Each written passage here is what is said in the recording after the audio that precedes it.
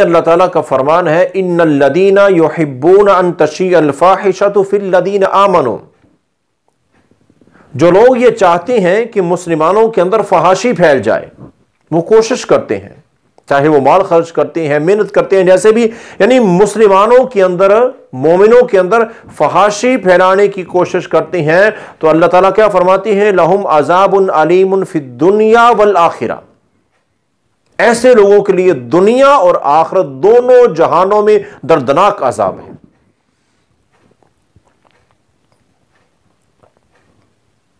اور پھر اللہ تعالیٰ کیا فرماتے ہیں؟ واللہ یعلم وانتم لا تعلمون،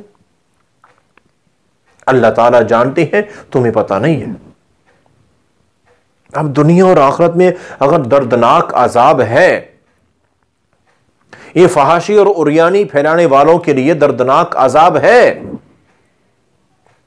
تو یہ فحاشی پھیلانے والے،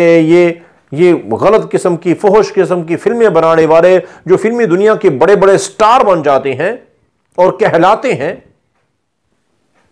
تو اللہ تو کہتے ہیں دنیا آخرت میں ان کے لیے عذاب ہے، دنیا کی زندگی بڑی شاہی زندگی ہے ان کی۔ نا نا نا نا نا، یہ بہت بڑی غلط فہمی ہے۔ آپ دیکھتے نہیں ہیں کہ فلمی دنیا کا بہت بڑا سٹار لیکن زندگی سے اتنا تنگ آ چکا تھا، لوگ اسے دیکھ کے رشک کر رہے تھے کہ زندگی ہو تو ایسی ہو، لیکن وہ زندگی سے اتنا تنگ آ چکا تھا کہ کتنے سٹار فلموں کے جنہوں نے خودکشی کر لی ہے، جوانی کی عمر میں خودکشیاں کر گئے، لوگ دیکھتے رہے کہ ان کے پاس پیسہ بڑا ہے، گاڑیاں بڑی ہیں، دنیا کی ہر نعمت ان کے پاس نظر آ رہی ہے، لیکن وہ میرے بھائیوں اندرونی طور پر بڑے بڑے عذابات کا شکار ہوتے ہیں۔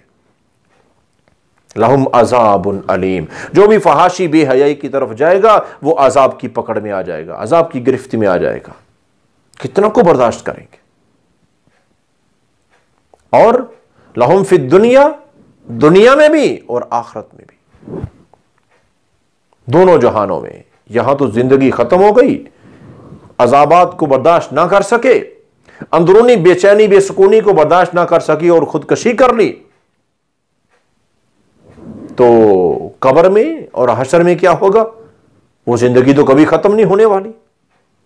تو اس لیے کبھی بھی بے حیائی اور فحاشی کے کاموں میں حصہ نہ لے، اللہ کو یہ پسند نہیں ہے ایسے لوگ۔ اور خاص طور پر نبی کریم صلی اللہ علیہ وسلم کا